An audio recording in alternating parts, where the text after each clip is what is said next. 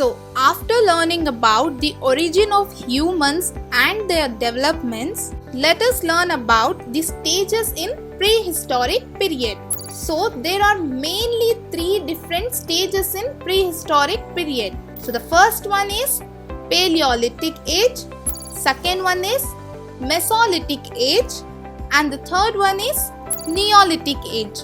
So, we will study one by one about all these 3 ages. So, the first one is Paleolithic age. So, during this period, the human history was started. So, this period is the beginning stage of human history. So, here, human beings of this period lived upon fruits, edible plants, and tubers. So, being nomadic in nature, they lived in caves and rock shelters.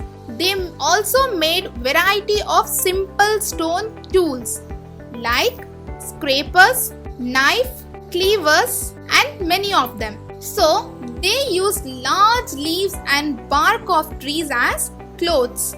Fruits, edible plants, tubers were not available in all seasons. So, in the last stage of Paleolithic age, they learned hunting and fishing for food.